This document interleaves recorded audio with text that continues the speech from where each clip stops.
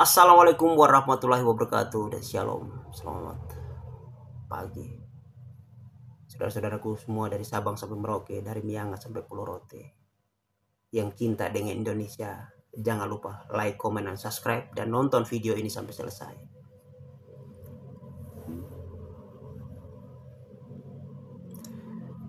Indonesia telah merdeka 80 tahun lamanya. Perjuangan panjang bagaimana memerdekakan bangsa ini. Perjalanan panjang bangsa ini sampai ke tahun yang ke-80. Ini bukan waktu yang singkat. Ini bukan perjalanan yang pendek. Ini perjalanan yang sangat-sangat panjang untuk bangsa ini. Saya pikir kalau ini kita bisa samakan dengan pertumbuhan manusia, maka ini dia sudah melewati masa produktifnya. Tetapi ini kita bicara sebuah bangsa. Artinya bangsa ini bukan bangsa baru yang baru merdeka. Bangsa ini sudah terlalu lama merdeka. Tapi apakah kemerdekaan itu punya dampak bagi rakyat kecil yang ada di pedesaan, yang ada di pesisir, yang ada di pegunungan, yang ada di lembah-lembah? Menurut saya tidak.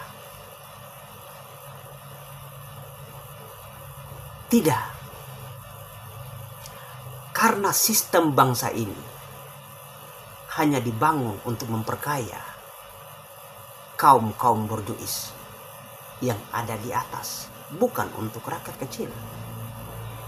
Itu adalah kondisi bangsa ini yang harus kita suarakan,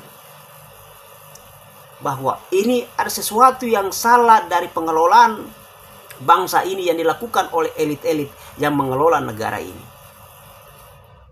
Kita harus suarakan untuk dihentikan ini, karena bangsa yang merdeka adalah bangsa yang memanusiakan rakyatnya, bangsa yang adil terhadap rakyatnya, bangsa yang sejahterakan rakyatnya.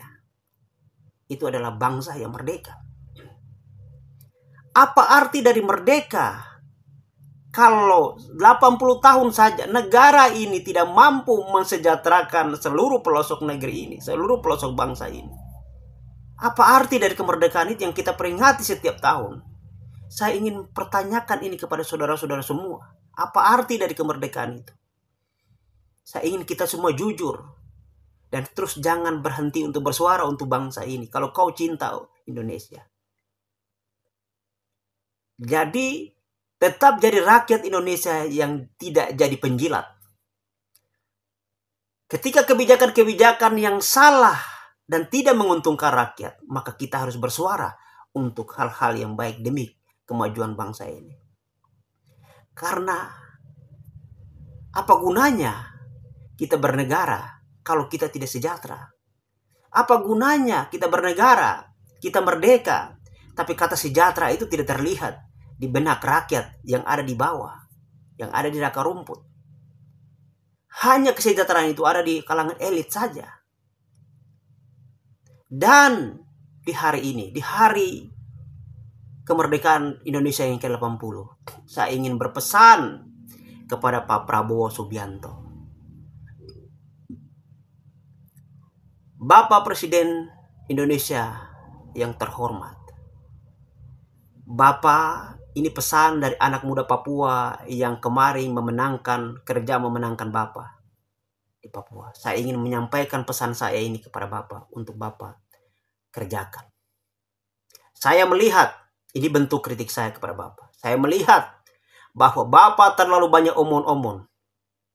Omon semuanya enak semua. Tapi saya tidak lihat hasilnya. Saya mau ada kerja konkret dari Bapak Prabowo Subianto, karena kita merdeka sudah terlalu lama. Negara ini sudah 80 tahun merdeka, tapi rakyat tidak sejahtera. Pak Prabowo yang terhormat, saya juga ingin mengkritisi Bapak tentang pertumbuhan ekonomi yang dilakukan oleh BPS. Itu pertumbuhan ngawur itu. Itu Bapak jangan percaya. Itu pembodohan. Dan Bapak tidak boleh pakai data itu. Rakyat di bawah sengsara. Yang ketiga, Bapak jangan terlalu banyak jalan-jalan ke luar negeri. Jangan terus juga ngurusi rakyat di negara orang lain. Rakyatmu sendiri sengsara di bangsamu sendiri. Urusi rakyatmu dulu. Benahi rakyatmu dulu. Beresi negaramu dulu. Baru kau urusi negara orang lain. Gitu. Yang ketiga, kebijakan-kebijakan Bapak yang ngawur-ngawur itu lewat menteri-menteri yang membantu Bapak, itu benahi semua. Dan juga satu hal lagi, Pak Prabowo yang terhormat, tegur menteri-menteri Bapak yang membantu Bapak yang terlalu membuat gaduh di Republik ini. Yang mau sita tanah lah, yang mau sita nomor rekening lah, ya. Dan beberapa pernyataan-pernyataan dari menteri-menteri Bapak yang kontroversial, yang ngawur-ngawur semua. Ya, baru-baru kemarin ini juga ada menteri Menteri Keuangan menyampaikan zakat dan juga pajak, menyamakan zakat dan pajak itu sama. Itu sesuatu yang berbeda. Ya. Zakat itu adalah bentuk ibadah kita kepada Tuhan. Nah, kalau pajak itu adalah bentuk pengabdian kita kepada negara. Jadi negara juga harus adil. Nah, itu. Negara tidak boleh memperkosa dan menjajah rakyatnya sendiri. Itu yang harus Bapak Prabowo ketahui. Ya, Bapak dan Mas Gibran harus benar-benar melakukan revolusi yang Bapak berdua gaungkan pada awal Bapak berdua kampanye. Jangan terlalu banyak omong-omong Pak Prabowo. Kita merdeka sudah terlalu lama. Jadi Bapak tidak boleh banyak omong-omong. Kita mau kerja konkret seperti yang dulu pernah dilakukan oleh Pak Jokowi. Itu yang kita inginkan, rakyat Indonesia inginkan. Kalau tidak apa, bubar saja negara ini. Apa sih? Karena negara ini hanya untuk elit-elit saja. Ya. Dan terakhir dari saya ingin sampaikan ini pesan penting untuk Bapak Prabowo yang terhormat. Ya.